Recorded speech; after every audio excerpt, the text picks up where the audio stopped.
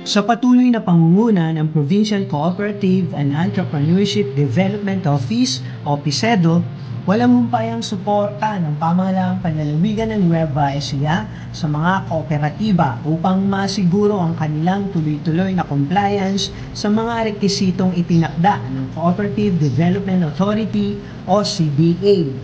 Kabilang sa mga tinututukan ngayon ng PICEDO ang San Pedro United Farmers Agriculture Cooperative mula sa Barangay San Pedro, Santa Rosa, Nueva Ecija.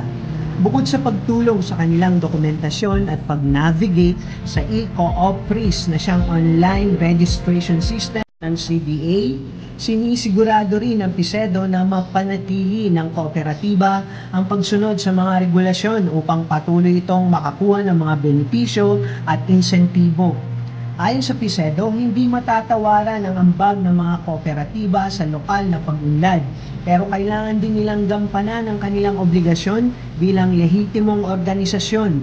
Narito ang PICEDO para tiyakin na hindi sila mapag-iiwanan, pahayag ng tanggapan.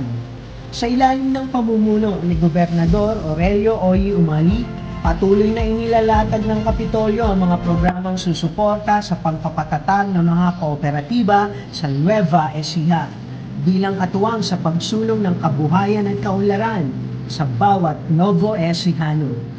Para sa Balitang Nueva Ecija, Delphine Agustin, Ilaw, WNE Teleradyo, ang inyong kakampi.